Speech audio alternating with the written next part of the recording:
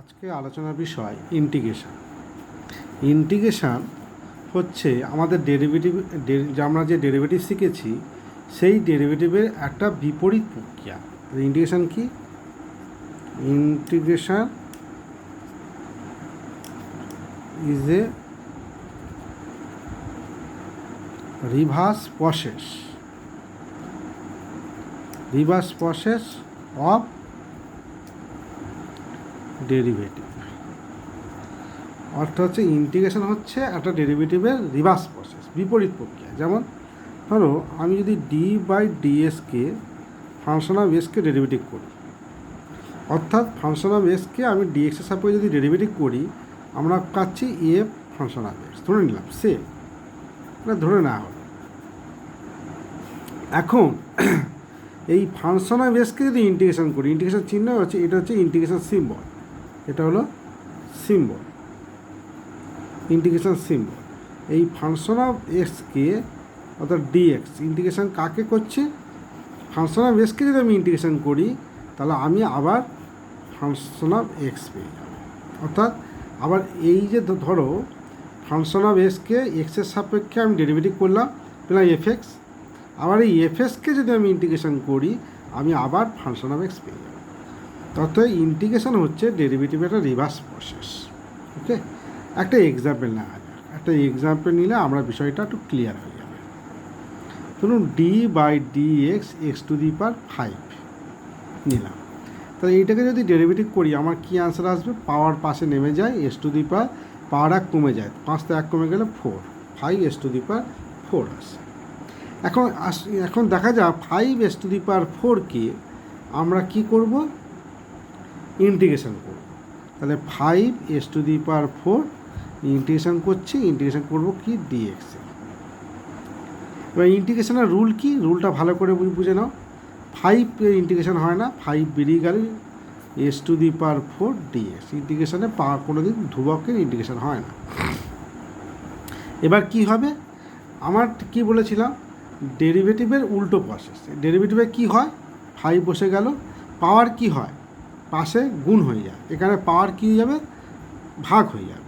দেখো S to the পাওয়ার কী ছিল? পাওয়ার 1 কম ছিল, এখানে পাওয়ার 1 যোগ হবে, S plus 1 divide by power যা আসবে 4 প্লাস 1 কত হচ্ছে? 5, তাহলে এখানে চলে আসলো 5। আর একটা ইন্টিগ্রেশন ধ্রুবক আনতে হয়, ইন্টিগ্রেশন কনস্ট্যান্ট আনা হয়, একটা ইন্টিগ্রেশন কনস্ট্যান্ট আনা হয়। তাহলে অ্যান্সার কী এলো? 5 কেটে যাচ্ছে, S to the power 5 plus C কি 5 এস টু দি পাওয়ার 4 ডিএসকে ইন্টিগ্রেশন করবে। তাহলে কী চলে এলো? দেখো এস টু দি পাওয়ার 5 চলে এসছে। অতএব এস টু দি পাওয়ার 5কে আমি ডেরিভেটিভ করে কী চলে এসেছিলো? 5 এস টু দি পাওয়ার 4। আর 5 এস টু দি পাওয়ার 4কে আমি ইন্টিগ্রেশন করলাম, আবার এস টু দি পাওয়ার 5 পেয়ে গেলাম। ওকে, অতএব আমি বলতে পারি ইন্টিগ্রেশন হচ্ছে একটা ডেরিভেটিভের হচ্ছে একটা রিভার্স প্রসেস। এখন ইন্টিগ্রেশন রুলটা ভালো করে বোঝো। রুলটা কি? 1 নম্বর রুল, ইন্টিগ্রেশন আমি যদি S to the power 0 DX করি, এস টু দি পাওয়ার 0 মানে কি? 1। তাহলে ডিএক্সকে ইন্টিগ্রেশন করলে আমার কি বলেছিলাম? রুল কি? X to the power 0 plus 1, পাওয়ার যা আসবে তাই দিয়ে ভাগ, প্লাস সি। তাহলে অ্যান্সার হলো কি? এক্স। অর্থাৎ ডিএক্সকে ইন্টিগ্রেশন করলে এক্স পায়। 2 নম্বর, x to the power N dx, n dx করলে কি আসবে? আমার চলে আসবে এক্স টু দি পাওয়ার 1 বেড়ে যাবে, এন প্লাস 1। আমি বলেছিলাম পাওয়ার যা হবে সেটা দিয়ে ভাগ হয়ে যাবে, এন প্লাস 1 প্লাস সি, একটা ইন্টিগ্রেশন কনস্ট্যান্ট আনবে। 3 নম্বর,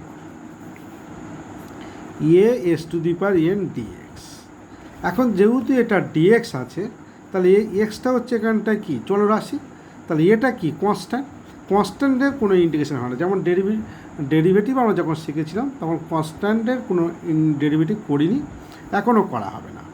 বেরিয়ে গেল X to the power N DX, তারপরে রয়ে গেল ইন্টু এক্স, পাওয়ার কী হবে? 1 বেড়ে যাবে, পাওয়ার যা আসবে সেটা দিয়ে ডিভাইডেড হয়ে যাবে, এন প্লাস 1, একটা ইন্টিগ্রেশন কনস্ট্যান্ট আনলাম। ওকে, এবার আমরা এই হচ্ছে রুল, মোটামুটি আমরা ইন্টিগ্রেশনের রুল পেয়ে গেলাম। এখন আমরা ইন্টিগ্রেশনটা কী, ইন্টিগ্রেশন অ্যাকচুয়ালি ফিজিক্যাল সিগনিফিকেন্সটা কী, কেন আমরা ইন্টিগ্রেশন করব, তাহলে ধরো আমরা একটা এক্সাম্পল নিতে হবে ইন্টিগ্রেশনের ফিজিক্যাল সিগনিফিকেন্সটা বোঝার জন্য। এক্সাম্পল হিসাবে একটা 1 নিলাম, তাহলে Y equal to function of X, এই একটা ইকুয়েশান। এই ইকুয়েশানকে আমি যদি গ্রাফিক্যালি প্লট করি, ওয়াই আর এক্স গ্রাফিক্যালি প্লট করি, আমি প্লটটা ধরলাম এইরকম একটা প্লট পাচ্ছি। এই প্লটের উপরে আমি কী করলাম, একটা দুটো পয়েন্ট নিলাম, পি পয়েন্ট এবং কিউ পয়েন্ট। পি পয়েন্ট এবং Q point very close each other, ফলে এদের মধ্যে যে উচ্চতাটা অর্থাৎ হাইটটা আমি ধরে নিলাম সেম ওয়াই, কারণ P point Q point very close, P and Q point are very close. Okay, এত ক্লোজ যে আমরা যে ধরে নিলাম যে এদের হাইটটা সেম ওয়াই, এবং পি পয়েন্ট কিউর মধ্যে ডিস্টেন্স হচ্ছে আমি ডেল এক্স ডি এক্স তো বললাম। ওকে, আমি এটা বাজে দেখতে লাগছে, এই ডিস্টেন্সকে আমরা বলছি ডি এক্স। অর্থাৎ পি পয়েন্ট এবং কিউ পয়েন্টের মধ্যে এক্স অক্ষ বরাবর দূরত্ব হচ্ছে ডি এক্স।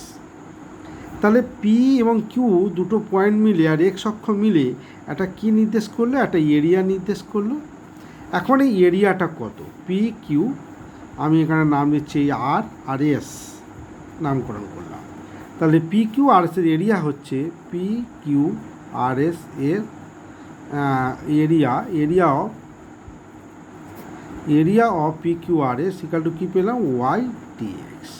ওয়াই হচ্ছে উচ্চতা, ডিএস হচ্ছে ভূমি, তাহলে ওয়াই ডিএস হচ্ছে তার এরিয়া। তাহলে ওয়াই ডিএক্স, ওয়াই মানে কি ফাংশন অফ এক্স, তাহলে আমি সমীকরণটা বসে দিতে পারি ফাংশন অফ এক্স ডিএক্স। ওকে, আমি এরিয়া পেয়ে গেলাম ফাংশন অফ এক্স ডিএক্স। ওয়াইয়ের ভ্যালু মানে ওয়াইটা কত, ফাংশন অফ এক্স, আমি এখানে বসে দিলাম ফাংশন এক্স ডিএক্স। এখন পি এবং কিউ পয়েন্ট এটা খুব কাছাকাছি একটা পয়েন্ট নিয়েছিলাম। এবারে আমি ধরো যে আমি এখান থেকে এ থেকে বি পর্যন্ত আমি এরিয়া জানতে চাইছি। তার এর কোঅর্ডিনেট থাকবে, মনে করে এক্স ইকাল টু এ, আর ওয়াইয়ের একটা কোঅর্ডিনেট থাকবে, এস কোঅর্ডিনেট থাকবে, সেটা হচ্ছে এক্স ইকাল টু বি। তাহলে এই টোটাল এরিয়া যদি আমি জানতে চাই, তখন আমার কি করতে হবে, integration function of x dx, অর্থাৎ এইটুকুনি এরিয়া তাকে ইন্টিগ্রেশান করব এক্স ইকাল টু এ থেকে x equal to b. X equal to a থেকে আমার যদি x equal to b integration করি, অর্থাৎ এই পয়েন্ট থেকে আর এই পয়েন্ট পর্যন্ত আমি ইন্টিগ্রেশান করে যাই, পুরো রাস্তাটা পেয়ে যায়, তাহলে তাকে ইন্টিগ্রেশান করলে টোটাল এরিয়া পাবো। তাহলে এই অ্যাকচুয়ালি ইন্টিগ্রেশান কী দিল, this is the area under the curve y and x. Y and x যে অ্যাক্সিস আছে সেই কার্ভের এরিয়াটাকে ইন্ডিকেট করলো ইন্টিগ্রেশন। তাহলে ইন্টিগ্রেশন হচ্ছে একটা এরিয়াকে নির্দেশ করে।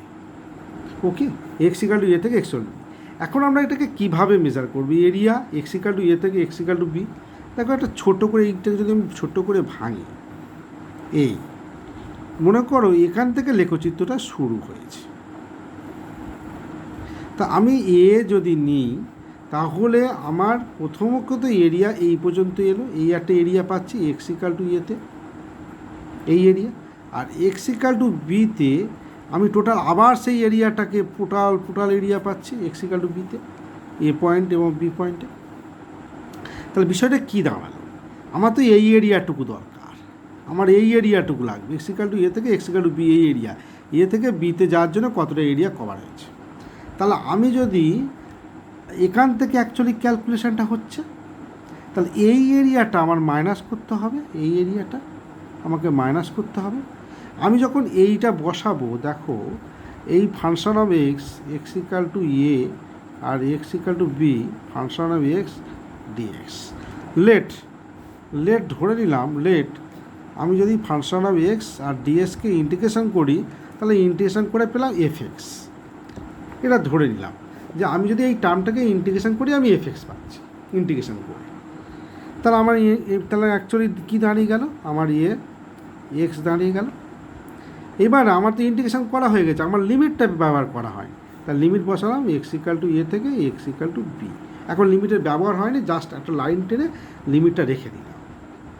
তাহলে আমি যদি এক্স, এবার এক্সের জায়গায় আমি কী বসাবো, এক্স তো একটা চলরাশি, এক্স তো একটা ভ্যারিয়েবল কোয়ান্টিটি, এক্সের জায়গায় 1 2 3 4 যা খুশি হতে পারে, এখানে এক্সের জায়গায় আমি বি বসাবো। তাহলে ফাংশন অফ বি বসাবো। ফাংশন অফ বি যখন বসালাম, এটা কি নির্দেশ করলো একটু ভালো করে বোঝার চেষ্টা করো। যখন ফাংশন অফ বি বসালাম, তখন গ্রাফটা কেমন ছিল, এইরকম একটা গ্রাফ ছিল, এই ব্যাপারে এলো এক্স ইকাল টু বি।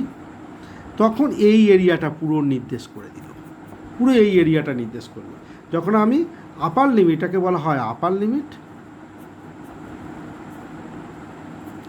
আর এইটাকে বলা হয় লোয়ার লিমিট, নিচের দিকে লিমিট, লোয়ার লিমিট।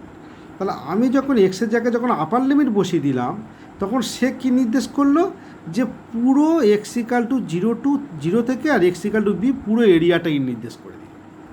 কিন্তু আমার দরকার কি, আমার লিমিট লোয়ার লিমিটটা কোথা থেকে ধরেছি, এক্স ইকাল টু থেকে, অর্থাৎ আমার এই এরিয়াটা দরকার, এই এরিয়াটুকু দরকার।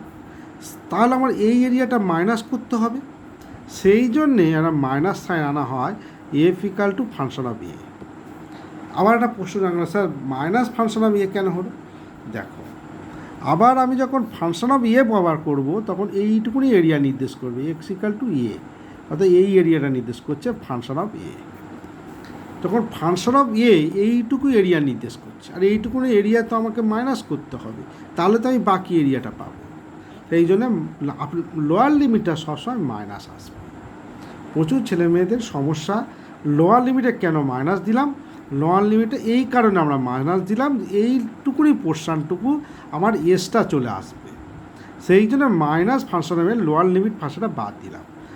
অতএব আমি যখনই লিমিট চাপালাম আর থেকে বি লোয়ার লিমিট আর আপার লিমিট চাপালাম, তখন আমি কতটুকু এরিয়া পেলাম, আমি এইটুকুনি এরিয়াটা পেলাম, এখান থেকে এইটুকুনি এরিয়া পেলাম। তো যদি আমি পরিষ্কার চিত্র আঁকি, আমি কতটুকু এরিয়া পেলাম, এক্স ইকাল টু থেকে এই আর এক্স ইকাল টু বি, এই এরিয়াটা আমি পেলাম এই ইন্টিগ্রেশনের মাধ্যমে।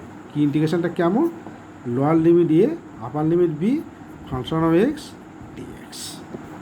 ওকে, তো আমার ইন্টিগ্রেশন করার উদ্দেশ্য হলো কোনো কার্ভের টোটাল এরিয়া বার করা।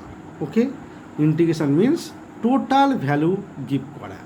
এবং ডেরিভেটিভ ডেরিভেটিভ কী দেয়, ডেরিভেটিভ হচ্ছে কোনো কার্ভের কোনো একটা বিন্দু অর্থাৎ পয়েন্টের information, point to point information দেয় ডেরিভেটিভ, আর টোটাল ইনফরমেশান দেয় ইন্টিগ্রেশান।